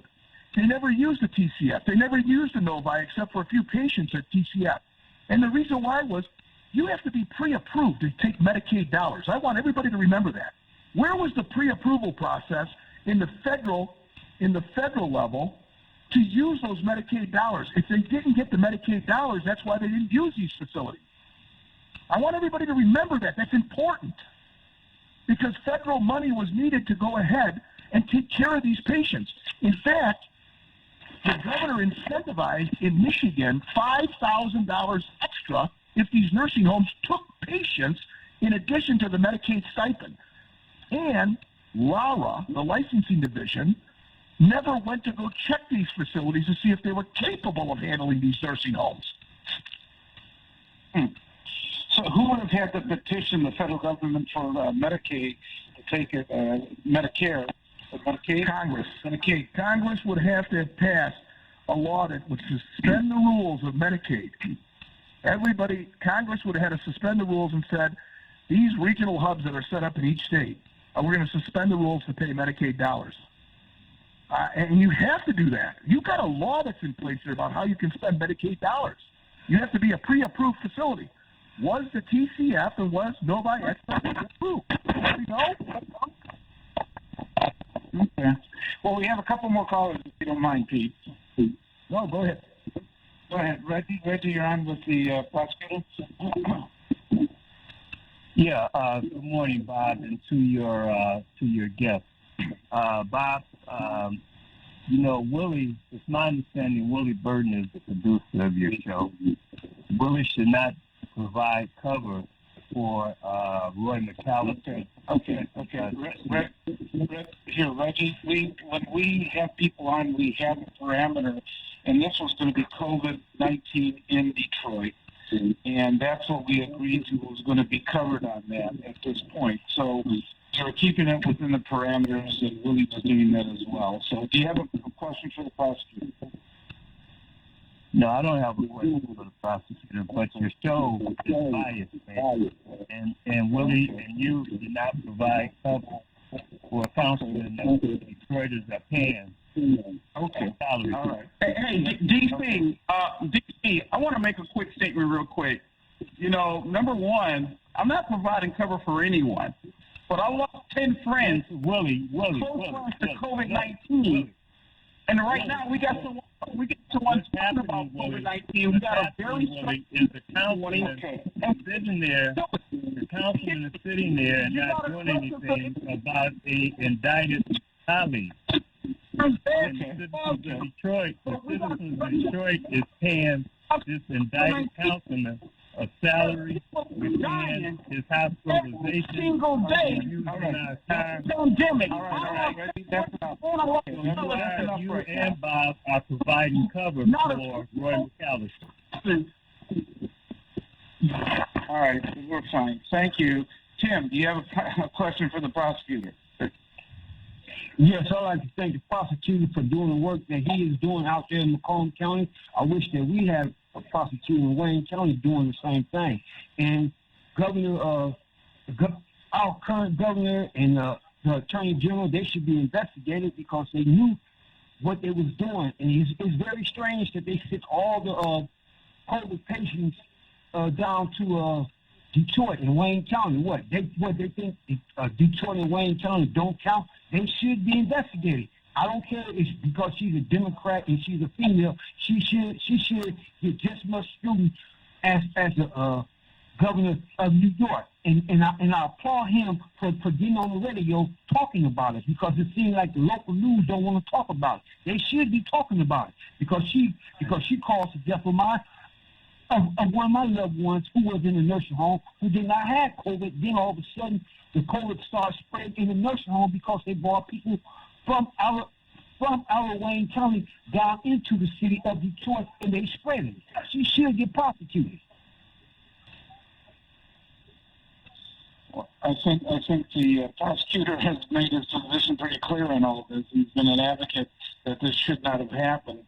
In this particular type of situation. So it's not been easy, I know, with those that have lost loved ones in the nursing homes. And if there is someone in Macomb County that comes forward, Mr. Lucito would have the jurisdiction to investigate it and see if there would be charges eventually brought in, in that particular circumstance involving the nursing homes. Also, just to get back to Washtenaw County a little bit, right before the break, Pete, we talked about sex workers and prostitution, however it's defined. Even in communities in Europe where they have legalized prostitution, they have limited it to certain geographic locations. They have not allowed it to just be open throughout all the communities. Bob, that you said this, and I'll tell you why. You have zoning law requirements right now in any city, township, village. You have it within the counties, zoning as to where certain businesses like industrial, commercial, where residential will apply. When I talked to the prosecutor from Washtenaw, I indicated, can we open a bunny ranch right across the street from your house? Does that seem reasonable? Does that seem just? And does that seem fair to those residents who bought homes over there up and down the residential block? And he said, no, I would like to see it zoned in certain areas. So he was sensitive to that issue. But again, work with your legislators, just like that woman that called in. Work with the legislature. If you don't want to have bonds, then you've got to repeal bonds. If you don't want to have prostitution or sex workers, repeal it. Go use the will of the people and put it for the legislature to vote on and see how many people votes you can get if you want to repeal the law. You can't what's called patchwork the law in this state in communities. It doesn't work that way. And to say we're not going to enforce this law in Washtenaw, you got to look at the residual, which is called the unintended consequences of saying I'm not going to enforce sex workers in Washtenaw, even if you spot zone it into an area, because it does lead to human trafficking. It does lead to drugs and alcohol. It does lead to people having violence in those areas. And if you say that, no, it didn't do that, or legalizing drugs, for instance, all types of drugs like they do in Amsterdam, okay? You better spot zone it because I don't want it in my neighborhood, damn it. Get it out of here. I want to put on my libertarian hat for just a quick second and say I want to add to what the state senator, now the prosecutor said, but what I'd like to add is if you can't find a candidate who supports those views in the major parties and you feel that way, that sex work and drugs should be legal, you can always vote libertarian, and then you could be pretty darn sure that that person would take that point of view. Okay, Scotty, and your libertarian roots are showing here with it. So, one last question for Pete. He's been very generous with his time for us. Pete Lucito, the prosecutor of Macomb County. I believe it's McCalister, the person that was indicted that was an associate of Dr. Nasser. Apparently he committed suicide, and he was charged with sex trafficking, which Detroit News today says was an unusual charge nationally for what the offense was. Do you have any insight on that by chance, Pete? What they're talking about? It's interesting. No one brought up the fact that suicide is actually a criminal act. No one's even brought it up. But let me get to the heart of it, because there's all kinds of crimes still on the book that need to come off. At the end of the day, what I want everybody to realize is this. It's a very tragic situation for both families that have gone through this. When the legislature, I sat there during the judiciary oversight, and I heard hundreds of women who testified to things that happened and how they believe that, that the doctor was looking out for their best interests when, in fact, he wasn't. And he's behind bars right now. Families that had to deal with picking up the pieces as their victim daughters, granddaughters, whoever it was, had this happen to them. The fact that what happened with this other gentleman who killed himself, is probably the best thing as far as justice goes, because we would have had to gone through painstaking efforts. And at the end of the day, we would have to rip the Band-Aids and rip the flesh of these individuals that went through this and the scabs and wide open again and relive these things. And I just don't like this. I don't think that crime of sex trafficking, you can put whatever you want together. You just got to make the elements of that crime. And I know you, Bob Ficano, you know better than anybody, being in law enforcement, it's not so easy some days to make all the elements of the crime. But if it's present and you feel the strength that you can make those crimes, then bring it. Here's why. It's a law on the books, and you have to impose the law if you're going to do your job of what you're charged with constitutionally of your oath of office. And if anybody wants to debate me on that, change the oath, please, because you're going to say that I have the right to pick and choose what I want, when I want, and how I want as an elected official. That's not why people put you in office. Okay. Well, we appreciate that, Pete. So you've been very generous with your time. We appreciate you joining us here this morning. And good luck in your new endeavor. Thank you. Probably very familiar with it. And I'm sure there's a lot of issues that are going to raise their head. Good luck with the nursing home thing. I'd be interested to see anybody ever come forward within the county. If anybody out there that's listening needs to have some closure if they lost a loved one in a nursing home, please speak to your state representative or your state senator. Please speak to your local community leaders. Indicate to them that don't you think we have a right to hear from the governor? Have her sit down, have her be asked questions. Have Dr. Khaldun sit there and show us under the CDC guidelines. More importantly, what type of measures of the standards that, this is the science and the data. Show us all that to show us that it was very important to put sick people, sick people, into these nursing homes where people were well. Let's see it, because you know what?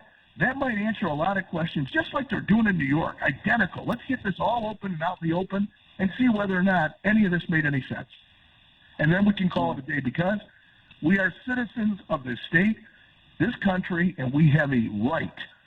We have a right to know. Pete, appreciate you coming on. Pete Lucido, prosecutor of Macomb County. You enjoy the rest of your Sunday. We appreciate it. Thank you. Have a good week ahead, everyone, and God bless you all.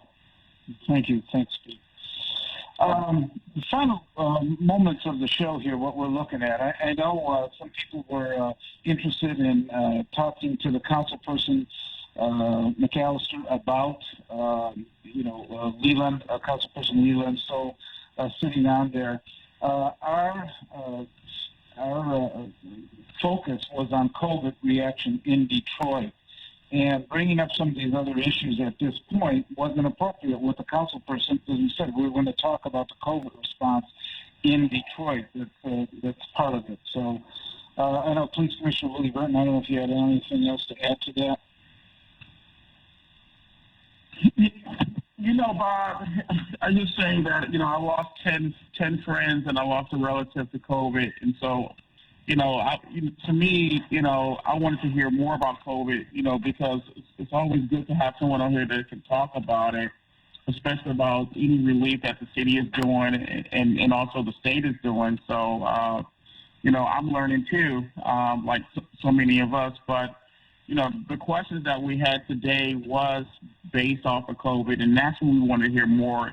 And so I thank the councilman for coming on, to talk about COVID, because I learned something too here today, as well as some of our callers have learned something. I mean, people thought that you couldn't, there was no transportation provided. So now I can, I can share that with my constituents in District 5 and let them know that, when you call to schedule your appointment, you can also schedule transportation, or whatever. So, today we learned something new, how the city is handling COVID. So, okay, well, go ahead. Just one thing I wanted to chime in, what Commissioner Burton was talking about. COVID is such a big, important deal, and having Councilmember McCalister on was so much about making sure that the public is out there getting the right information. And that is so important, and we can't allow that message to get buried with things that are important, but they're things that can be discussed in another forum. There's things that can be discussed once we get through this pandemic that has claimed not only Commissioner Burton's friends' lives. I know all of us have been personally impacted by this disease. So, I just wanted to say that I support, Commissioner Burton and exactly what he's been talking about with having Councilmember McCalister on, and Bob, what you were talking about too, if we had the parameters set up of what we were going to discuss with the guests. So, getting back a little bit to what the prosecutor was talking about, do you think there's going to be fallout from the nursing home situation? Tom, you got a pulse on some of this, and Scotty as well. People, I just have to run into a lot of people that are still upset about it, and I don't know if you're getting the same reaction that I encounter from a lot of people. I'm thinking that we have a situation now where people have gone back and started looking into what happened with the Flint water crisis. And Governor Snyder, that, his decisions in office when it affected human lives became prosecutorial. And I don't know, it was through the process. A veto is a legal thing. But it seems like the governor is somehow accountable for these deaths in nursing homes because of not handling the keeping people properly separated when it was somehow a responsibility. It does seem like we could have a similar situation spill over to there. It's, I don't know, Tom, it's the same reaction. One thing I'll say, and Scotty, I appreciate you bringing up the Flint water crisis. One of the challenges with trying to allocate the blame for this solely to the governor and to her policy is it's a pandemic. Thank you very much. And since it's a pandemic, that means it's everywhere. So if you're trying to say that the deaths in nursing homes were solely caused by the governor's order, that doesn't really fly with voters. So if this is going to be a political issue, there's going to have to be a lot more done to try to connect the dots. And frankly, without the investigation that Prosecutor Lucito is talking about, you're never going to have it. Do you think that harms Dana Nussel, though, that she, unlike the New York Attorney General that is looking into, and they're the same party, both Democrats in New York, that she's saying that they're not going to investigate anything about the nursing homes? You know, I think that, Bob, I'm just going to anyone else can chime in. I don't think that it does. I also think that, you know, it's tragic to say, but we've got, 20 months until the next election, something like that. 22 months.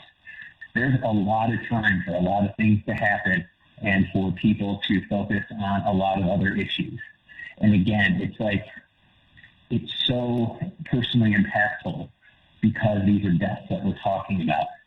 But unlike the Flint water crisis, where you could easily point to who pulled the trigger, as it were, this one, it's so hard to do that. Okay. You know, one of the issues, too, you mentioned Flint water crisis. One of the issues is that the way they're pursuing the 2 misdemeanor charges against former Governor Snyder is through what they call a one-person grand jury, which is a little bit unique into Michigan. There's, I think, only 1 or 2 other states that actually have it. And it does foster a little bit of an atmosphere of secrecy, because unlike a normal issue of obtaining a warrant, there's a preliminary, what they call a preliminary exam, and the evidence is presented in court and things like that. The grand jury is, a one-person grand jury is completely secret, and it's only the prosecutor and the judge. It usually is the judge that is the one-person grand jury. And all the information is bantered back and forth, and the defense has a much more, has a harder situation of trying to obtain all the evidence versus under the normal warrant system of the preliminary exam. And if there are not charges and the things just leak out, I think it's held for 7 or 10 years before there can actually be an opening of the evidence if it's not presented in court and things like that. So I do get a little concerned when these type of mechanisms are used instead of the normal process of issuing the warrants and then having the preliminary exam and things like that. It just seems like a more transparent and fair system. And not that I'm a fan of what Governor Snyder did at all, but in terms of as a lawyer, it seems like it's a little bit more open system to do it that way. But the prosecutor in this case, and Dana Nussel, have decided that they're going to go with the one-person grand jury. And so there's a lot more difficulty in obtaining some of that evidence if you're a defense counsel, defense attorney. We have with us Sharon. Sharon, you're on. Yes, good morning, gentlemen. Your guest, Mr. Lucito, said that, if prosecutors or whoever doesn't like the law, they should go through the legislature and find out what the people want. But when the people did not want emergency managers, they voted against it. His party employed shenanigans in order to supersede that. So how does he say we should counter that? How do we counter that when the legislature has so many shenanigans that they're able to employ to get around what the people really want? Thank you. Well, yeah, I mean, you raised a real valid point that during the emergency manager phase of everything that Governor Snyder was doing, there was an actual ballot proposal by the state of Michigan that said that people did not support emergency managers, to ban them, to stop them. And the legislature quickly convened and tweaked some of the statutes so that it went around that referendum that the people had voted on just like a month or 2 months prior to that. And they indicated that, you have the new emergency manager law, and it was implemented just like the old emergency manager law. And that's a real valid point that the will of the people spoke, and they spoke in mass on a complete state referendum, and at the same time it was still brought in terms of the legislature quickly setting it up so they can continue on with the emergency manager type of program. And I'm aware of it. I was in office at the time. We thought that, that would end and perhaps be a more diligent position of the state to try to lend and help versus trying to set in emergency managers. Well, we were on that. They quickly put in a new law and quickly, especially obviously in Detroit, went with an emergency manager that led eventually to a lot of people losing their pensions and things like that in the bankruptcy. So it's a valid point that she raises. So, Scotty, the last 3 minutes here. Yeah, something to say about that. I'm sorry, what? Sure, you're still with us. Yeah, you raised a very valid point about that. Thank you. Okay. Scotty, go ahead. The commission, what do you anticipate when it goes in front of the governor? It's got to go in front of the governor and the attorney general. Is that just what they call pro forma, or can they actually weigh in on some of the substance of what they sent? Okay, I'm trying to hear part of what you're saying. You said it pro forma? Yeah, I mean, they're just looking at to make sure that the form is correct, or do they actually get into the substance and say, no, you can't do this? Oh, about the charter. Yeah. No, yeah, what they have, they make recommendations because it already went like over to some of the legal people in the state. I think maybe through the Attorney General's office, and so I think the governor also would be looking through there to see if there are portions where there are where she believes there would be inconsistencies with state law, because the reason things bounce back and forth between the city and the state is mainly just to make sure that our charter is consistent with state law. That there's a lot of places where state law and city law intersect, and the city law has to be subordinate to the state. If you had a pulse right now, do you think it would pass on August 3rd? I'm sorry, can you say that again?